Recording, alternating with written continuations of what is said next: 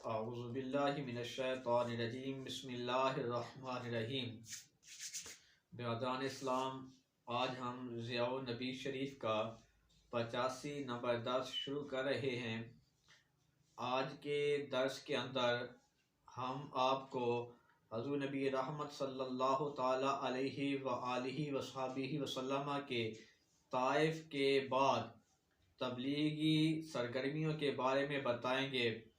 تو حضور ضیاء الامت حضرت جسٹس پیر محمد کرم شاہ الازی رحمۃ اللہ تعالی علیہ ضیاء النبی شریف کی دوسری جلد کے اندر لکھتے ہیں، فرماتے ہیں، طائف کے سفر میں اگرچہ ہادی انس و جاں صلی اللہ تعالی علیہ وآلہ وصحبہ وسلم کو حوصلہ شکن تکالیف کا سامنا کرنا پڑا، لیکن حضور کی ہمت بلند رہی اور اپنے فریضہ نبوت کو سر انجام دینے کے لیے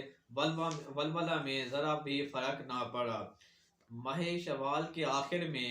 طوائف سے واپسی ہوئی تھی، حج کا موسم آ پہنچا تھا اور جزیرہ عرب کے دور دراز گوشوں سے مختلف قبائل فریضہ حج ادا کرنے کے لیے مکہ پہنچ رہے تھے اور ہر قبیلہ نے اپنے اپنے علیحدہ خیمے نصب کر لیے تھے۔ سرکار دو عالم صلی اللہ تعالی علیہ وآلہ وصحبہ وسلم نے اس موقع سے فائدہ اٹھاتے ہوئے حسب معمول ہر قبیلہ کی منزل گاہ پر تشریف لے جا کر انہیں اسلام کی دعوت دی۔ مشہور سیرت نگار امام ابن اسحاق ربیعہ بن عباد سے نقل کرتے ہیں کہ ان کے باپ نے انہیں بتایا کہ میں ابھی نوجوان تھا اور اپنے باپ کے ساتھ مینا کے میدان میں اپنے خیمے میں موجود تھا۔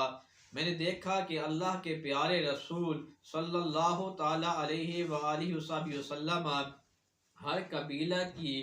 قیامگاہ پر تشریف لے جاتے ہیں اور وہاں کھڑے ہو کر ان کو دعوت توحید دیتے ہیں اور ساتھ ہی یہ فرماتے ہیں، اے بنی فلاں، میں تمہاری طرف اللہ کا رسول ہوں، میں تمہیں حکم دیتا ہوں کہ تم اللہ کی عبادت کرو، اس کے ساتھ کسی کو شریک نہ ٹھہراؤ، اللہ تعالیٰ کے سوا جن بتوں کی تم عبادت کرتے ہو اور ان کی بندگی کا توق اپنے گلے سے اتار کے پھینک دو اور مجھ پر ایمان لاؤ، میری تصدیق کرو اور کفار کی دست درازیوں سے میرا دفاع کرو، تاکہ تمہیں میں وضاحت سے بتاؤں اللہ تعالیٰ نے مجھے کیا دے کر تمہاری طرف مبعوث فرمایا ہے۔ ربیعہ کہتے ہیں کہ میرے والد گرامی نے مجھے بتایا کہ حضور کے پیچھے پیچھے ایک بھینگا شخص تھا جس کا چہرہ بڑا چمکدار تھا، اس کی دولتیں تھی، اس نے عدن کا بنا ہوا ایک جبہ پہنا ہوا تھا۔ جب رسول اللہ صلی اللہ تعالی علیہ وآلہ وسلم اپنے ارشادات سے فارغ ہوا کرتے تھے تو وہ شخص زور سے کہتا، اے بنی فلاں، یہ شخص تمہیں اس بات کی دعوت دیتا ہے کہ تم اپنے خداؤں یعنی لات و عزیٰ کی عبادت کو چھوڑ دو، ان کے ساتھ تعلق ختم کر دو۔ تو وہ کہتا ہے تمہیں بدعت و ضلال کی طرف یہ بلاتا ہے، تم اس کی بات میں مت آنا ورنہ اس کی تو پیروی بھی نہ کرنا۔ وہ بات کہتے ہیں میں نے اپنے باپ سے پوچھا یہ بھینگا شخص کون تھا؟ اس نے مجھے بتایا یہ آپ کا چچا ہے جس کا نام عبد العزیٰ اور کنیت ابو لہب ہے۔ پھر حضور علیہ الصلوۃ والسلام وہاں تشریف لے گئے جہاں بنی کنندہ کا پڑاؤ تھا، ان میں ان کا سردار جس کا نام تھا ملی تھا وہ بھی موجود تھا۔ نبی عالم صلی اللہ تعالی علیہ وآلہ وسلم نے انہیں بھی توحید کی دعوت دی، اللہ وحدہ لا شریک کی طرف بلایا، لیکن انہوں نے بھی دعوت کو قبول کرنے سے انکار کر دیا۔ نبی کریم صلی اللہ تعالی علیہ وآلہ وسلم بنی کلب کے قبیلہ کے پاس تشریف لے گئے، ان کی ایک شاخ سی عبداللہ کی قیامگاہ پر تشریف لے گئے، ان کو اللہ تعالیٰ پر ایمان لانے کی دعوت دی اور انہیں اپنی ذات کو ان پر پیش کیا اور فرمایا کہ اے بنی عبداللہ، اللہ تعالیٰ نے تمہارے باپ کا نام بڑا خوبصورت رکھا ہے، مقصد یہ تھا کہ تم اپنے باپ کے نام کی لاج رکھتے ہوئے معبودان باطل کی بندگی کو چھوڑ دو، اس کی عبادت کو چھوڑ دو، اللہ تعالیٰ کے بندے بن جاؤ۔ لیکن ان کے بدبختہ نے ان کو یہ دعوت قبول کرنے کی شرف سے محروم رکھا۔ بعد ازاں سرکار دو عالم صلی اللہ تعالی علیہ وآلہ وسلم بنی حنیفہ کے خیمہ گاہ میں تشریف لے گئے، انہیں بھی اللہ تعالیٰ پر ایمان لانے کی دعوت دی اور اپنی ذات کو ان پر پیش کیا، لیکن ان بدبختوں نے بھی بری طرح حضور کی دعوت کو مسترد کر دیا۔ یہ وہی قبیلہ ہے جن میں مسلمہ کذاب پیدا ہوا اور نبوت کا دعویٰ کیا، جس کی قوم کے لاکھوں نوجوان اس کے جھنڈے تلے جمع ہو گئے، لیکن حضرت سیدنا صدیق اکبر رضی اللہ تعالیٰ عنہ کے عہد خلافت میں اسلام کے بہادر جانثاروں نے اس پر حملہ کیا، ایک لشکر حضرت خالد بن ولید کی قیادت پہ ان کی سرکوبی کے لیے بھیجا۔ یمامہ کے مقام پر خون ریز جنگ ہوئی، جس میں نبوت کے اس جھوٹے دعوے دار کو تہہ کر دیا۔ اس طرح یہ فتنہ ہمیشہ کے لیے ہی ختم ہو گیا۔ ان قبائل کا انکار راہوار شوق کے لیے ممیز کا کام دیتا۔ یہاں سے فارغ ہو کر حضور نبی رحمت صلی اللہ تعالی علیہ وآلہ وسلم بنی عامر قبیلہ کی فروگاہ میں تشریف لے گئے اور انہیں اللہ تعالیٰ پر ایمان لانے کی دعوت دی، ان کے سامنے اپنی نبوت کو پیش کیا۔ ان میں سے ایک آدمی نے کہا جس کا نام بحیرہ بن فراس تھا، اور امام ابن شام کے قول کے مطابق اس کا نام فراس بن عبداللہ بن سلمان تھا، اس نے کہا واللہ لو انی اخذت هذا الفتى من قریش لاکلت به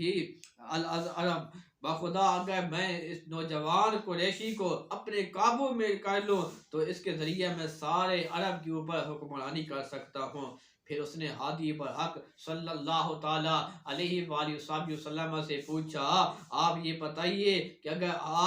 ہم آپ کے اس دین کو قبول کر لیں، آپ کی پیروی کریں، پھر اللہ تعالیٰ کو آپ اپنے مخالفین پر غلبہ اللہ تعالیٰ عطا فرمائے، تو کیا حضور کے بعد اس مملکت کے ہم وارث ہوں گے؟ اَيَكُونُ لَنَا الْأَمْرُ بَعْدَكَ؟ حضور نے جواب دیا کہ سارا معاملہ اللہ تعالیٰ کے اختیار میں ہے، جس کو وہ چاہے گا اس کی سربراہ اس کا بنا دے گا۔ وہ کہنے لگا یہ عجیب بات ہے کہ عربوں کا مقابلہ کرنے کے لیے گردنیں ہم کٹائیں اور آپ کو فتح غلبہ حاصل ہو جائے تو کسی اور کو آپ مالک بنا دے، ہمیں ایسے دین کی ضرورت نہیں ہے۔ چنانچہ اس نے حضور کی دعوت کو قبول کرنے سے انکار کر دیا۔ جب یہ لوگ حج ادا کر کے اپنے وطن کو لوٹے تو اپنے قبیلہ کے شیخ کے پاس پہنچے جو کافی عمر رسیدہ تھا، اور ضعف کی وجہ سے یعنی کمزوری کی وجہ سے، بڑھاپے کی وجہ سے وہ سال حج میں شریک نہ ہو سکا۔ ان کا یہ معمول تھا کہ جب وہ لوگ اپنے سفر سے واپس آتے تو وہ جو واقعات اور دوران سفر ان کے ساتھ پیش آتے تھے وہ آ کر اپنے اس شیخ کو سنایا کرتے تھے۔ اسی طرح ہوا جب وہ وطن واپس لوٹے تو سب سے پہلے اپنے اس بوڑھے شیخ کے پاس گئے، اس کو جا کے سارا واقعہ سنایا۔ جب اس کو واقعہ سنایا انہوں نے کہا کہ قریش کا ایک نوجوان ان کے پاس آیا تھا، وہ عبد المطلب کے خاندان سے تھا اور اپنے بارے میں یہ گمان کرتا تھا کہ وہ نبی ہے۔ اس نے ہمیں دعوت دی کہ ہم دشمنوں سے اس کا دفاع کریں، اس کے ساتھ شانہ بشانہ اس جہاد میں شریک ہوں، ہم مسجد مکہ سے اپنے ہمراہ اپنے وطن لے جائیں۔ اس شیخ نے یہ بات سن کر عزائے حسرت و افسوس دونوں ہاتھ جو ہے اپنے سر کے اوپر رکھے اور کہا جو موقع تم نے ضائع کیا ہے کہ ان کی تلافی ممکن ہے کیا؟ مجھے اس ذات کی قسم جس کے قبضہ قدرت میں میری جان ہے، وہ بوڑھا کہنے لگا مجھے اس ذات کی قسم جس کے قبضہ قدرت میں میری جان ہے کہ کسی فرزند اسماعیل نے نبوت کا دعویٰ جھوٹا دعویٰ نہیں کیا، اور اس کا یہ کہنا ہے کہ وہ نبی ہے، سچا دعویٰ اس نے کیا ہے۔ تو بنو عامر اس وقت تمہاری عقل کہاں چلی گئی تھی؟ کتنا اس نے خوبصورت جواب دیا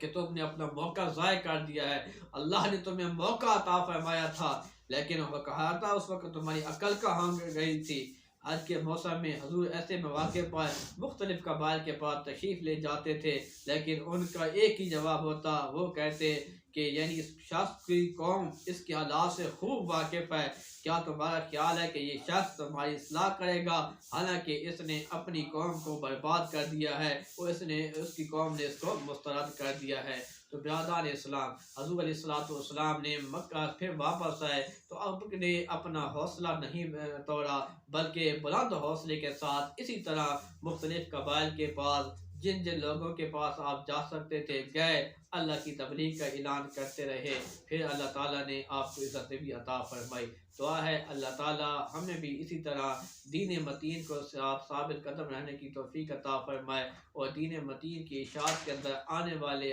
ہر پریشانیوں کو، ہر مصیبتوں کو صبر و استقامت کے ساتھ برداشت کرنے کی توفیق عطا فرمائے۔ وآخر دعوانا ان الحمد للہ رب العالمین۔